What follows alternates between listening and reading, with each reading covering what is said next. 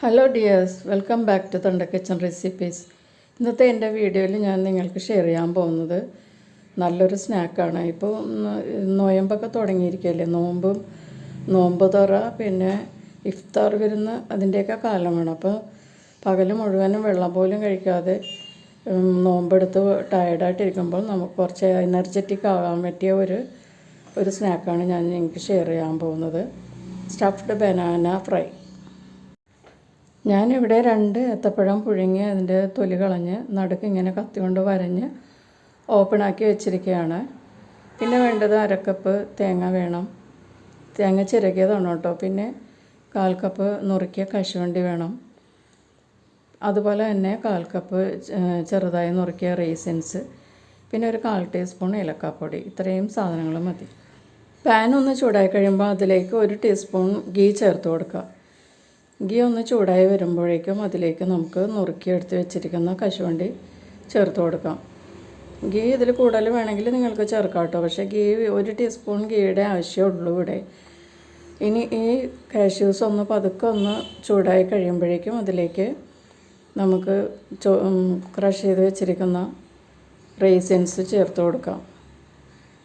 Raisins ഒന്ന് നന്നായിട്ട് ഒന്ന് കുക്കാകണം. അതായത് അതൊന്ന് വീർത്ത് തുടങ്ങുമ്പോഴേക്കും നമുക്കതിലേക്ക് തേങ്ങ പീര ചേർത്ത് കൊടുക്കാം.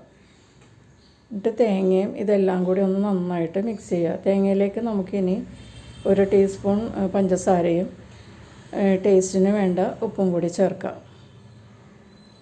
പഞ്ചസാരയുടെ സ്നാക്സിലൊക്കെ നമ്മൾ ഒരു പിഞ്ച് ഉപ്പ് ചേർത്തില്ലെങ്കിൽ ഒരു ടേസ്റ്റ് തോന്നില്ല. അപ്പോൾ 1 പിഞ്ച് ഉപ്പ് ഇതിലേക്ക് ചേർത്തിട്ട് നന്നായിട്ടൊന്ന് മിക്സ് ചെയ്യുക. നന്നായിട്ട് മിക്സ് ചെയ്തില്ലെങ്കിൽ ഉപ്പൊക്കെ അവിടെ ആയിപ്പോവും. അതുകൊണ്ട് നന്നായിട്ട് മിക്സ് ചെയ്യുക. അതിനുശേഷം നമുക്ക് 1/4 ടീസ്പൂൺ ഏലക്കാപ്പൊടി എടുത്ത് വെച്ചിട്ടില്ല, അത് ചേർത്ത് കൊടുക്കാം. എന്നിട്ടൊന്ന് നന്നായിട്ട് മിക്സ് ചെയ്യുക. ഈ തേങ്ങാപ്പീരയും കാഷ്യൂസും റേസിൻസും എല്ലാം നന്നായിട്ടൊന്ന് ചൂടാകുന്നത് വരെ കുക്ക് ചെയ്യാം. ഇപ്പോൾ റെഡി ആയിട്ടുണ്ട്. നമുക്കിതൊന്ന് മാറ്റി വയ്ക്കാം. ഇനി നമുക്ക് ഈ പഴത്തിനകത്തേക്ക് ഫില്ലിങ് വെച്ച് കൊടുക്കാം. 2 പഴത്തിലും കുറേശ്ശെ ഫില്ലിങ് വെച്ചിട്ട് ആ സ്പൂൺ കൊണ്ടൊന്ന് പതുക്കെ നക്കി കൊടുക്കുക. കൂടുതൽ ഫില്ലിങ് വെച്ചാൽ ക്ലോസ് ചെയ്യാൻ ബുദ്ധിമുട്ടായിരിക്കും. അതുകൊണ്ട് വളരെ ലൈറ്റായിട്ട് ഫില്ലിങ് വെച്ചാൽ മതിയാകും. കുറേശ്ശെ വെച്ചിട്ട് സ്പൂൺ കൊണ്ടൊന്ന് പതുക്കെ പ്രസ് ചെയ്തൊക്കെ കൊടുക്കാം. നമുക്ക് കൈയും വേണമെങ്കിൽ ഉപയോഗിക്കാം. അതിൻ്റെ അകത്തേക്കൊക്കെ ഒന്ന് പ്രസ് ചെയ്ത് വെക്കാം. ഇപ്പോൾ 2 പഴവും ഞാൻ ഫില്ലിങ് വെച്ചിട്ട് റെഡിയാക്കിയിട്ടുണ്ട്. ഇനി നമുക്ക് ഈ പഴം ഒന്ന് കട്ട് ചെയ്യാം.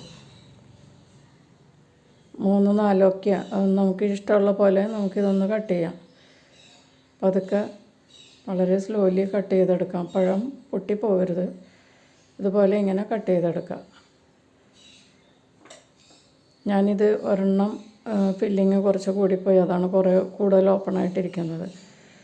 പക്ഷേ സാരമില്ല, നമ്മൾ ബാറ്ററിൽ മുക്കി പൊരിക്കുന്നതായതുകൊണ്ട് കുഴപ്പമില്ല. ചിലർ ഇത് ഇങ്ങനെ തന്നെ ഫ്രൈ ചെയ്തെടുത്തിട്ട് ഉപയോഗിക്കാറുണ്ട്. ഞാനിവിടെ ബാറ്റർ ഉണ്ടാക്കിയിട്ട് ആ ബാറ്ററിൽ മുക്കിയാണ് ഇത് ഫ്രൈ ചെയ്തെടുക്കാൻ പോകുന്നത്. അപ്പോൾ അതുകൊണ്ട് ഇത് കുറച്ച് ഓപ്പണായി ഇരുന്നാലും കുഴപ്പമൊന്നുമില്ല, പുറത്തേക്ക് ചാടിപ്പോകുകയൊന്നുമില്ല. അപ്പോൾ നമുക്കിനി ബാറ്റർ ഉണ്ടാക്കാം. ബാറ്ററിന് വേണ്ടിയിട്ട് ഞാനിവിടെ 3 ടീസ്പൂൺ മൈദയും പിന്നെ 2 ടീസ്പൂൺ കോൺഫ്ലവറും ചേർത്തിട്ടുണ്ട്. എന്നിട്ട് ഇതിലേക്ക് 1 പിഞ്ച് ഉപ്പും കൂടി ചേർത്തിട്ട് കുറേശ്ശെ വെള്ളം ചേർത്ത് ഒരു തിക്കായിട്ടുള്ളൊരു ബാറ്ററാക്കി എടുക്കുക. കുറച്ച് വെള്ളം ചേർത്ത് കുറച്ച് നമ്മൾ പഴംപൊരിക്കൊക്കെ ഉണ്ടാക്കുന്ന ബാറ്ററില്ലേ, അതുപോലത്തെ ഒരു ബാറ്റർ ഉണ്ടാക്കിയെടുക്കുക. പാനിൽ എണ്ണ ചൂടാക്കിയിരിക്കുകയാണ്. ഇത് എനിക്കിഷ്ടമുള്ള എണ്ണ ഉപയോഗിക്കാം കേട്ടോ. റിഫൈൻഡ് ഓയിലോ അല്ലെങ്കിൽ കോക്കനട്ട് ഓയിലോ ഉപയോഗിക്കാം. പാനിൽ നല്ല എണ്ണ നന്നായിട്ട് ചൂടായിട്ട് അതിലേക്ക് ഇടുക. മീഡിയം ഫ്ലെയിമിൽ ഫ്രൈ ചെയ്തെടുക്കുന്നതാണ് എപ്പോഴും നല്ലത്. അല്ലെങ്കിൽ പുറം പെട്ടെന്ന് കരിഞ്ഞ് പോവും, ഉള്ളു മുരിയുമില്ല, വേവുകയില്ല. അപ്പോൾ അതുകൊണ്ട് മീഡിയം ഫ്ലെയിമിൽ തന്നെ കുക്ക് ചെയ്യാൻ ശ്രമിക്കുക. ഇതിപ്പോൾ ഏകദേശം ഒരു സൈഡ് റെഡി ആയിട്ടുണ്ട്. നമുക്കിതൊന്ന് മറിച്ചിടാം. നിങ്ങൾ കുറച്ച് കുഴിവുള്ളൊരു പാത്രത്തിൽ ചീനച്ചട്ടിയോ അങ്ങനെയുള്ളതിൽ ഫ്രൈ ചെയ്തെടുക്കുന്നതായിരിക്കും കൂടുതലും നല്ലത്. അപ്പോൾ നന്നായിട്ട് എല്ലാ ഭാഗവും ഒരുപോലെ മൊരിഞ്ഞ് കിട്ടും. അപ്പം നമുക്കിത് മൊരിഞ്ഞിട്ടുണ്ട്. നമുക്കിത് എണ്ണയിൽ നിന്ന് എടുക്കാം. അപ്പോൾ വളരെ ഡെലീഷ്യസും ഹെൽത്തിയുമായിട്ടുള്ളൊരു സ്നാക്കാണിത്. നോമ്പ് തുറക്കൊക്കെ പറ്റിയൊരു വിഭവമാണിത്. അപ്പോൾ ഏത്തപ്പഴമാണെങ്കിൽ വളരെ ഗുണമുള്ളൊരു ഫ്രൂട്ടാണ്. അതുപോലെ തന്നെ തേങ്ങ, പിന്നെ കാഷ്യൂസ്, റേസിൻസ്, ഇതൊക്കെ എല്ലാം നമുക്ക് കൂടുതൽ എനർജി തരുന്ന കാലറീസ് അടങ്ങിയിട്ടുള്ള ഭക്ഷണ സാധനങ്ങളാണ്. അപ്പോൾ നിങ്ങൾ ഇതുപോലുള്ളൊരു ഐറ്റം നമുക്ക് നോമ്പ് തുറക്ക് ഉപയോഗിച്ചാൽ നമ്മുടെ ബോഡി പെട്ടെന്ന് എനർജറ്റിക് ആകും. കാരണം വളരെയധികം കാലറീസും വിറ്റാമിൻസ് എല്ലാം അടങ്ങിയിട്ടുള്ള ഭക്ഷണ സാധനങ്ങളാണ് നമ്മൾ ഇതിനകത്ത് ചേർത്തിരിക്കുന്നത്. അപ്പോൾ ഈ പ്രാവശ്യത്തെ നോമ്പ് തുറ ഇന്ന് തന്നെ നിങ്ങളെല്ലാവരും ഈ റെസിപ്പി ട്രൈ ചെയ്യുക. വീട്ടിൽ തന്നെ എല്ലാവരും നോമ്പ് തുറയും ഇഫ്താർ വിരുന്നുമെല്ലാം കുടുംബാംഗങ്ങളുമായിട്ട് പങ്കുകൊള്ളുക.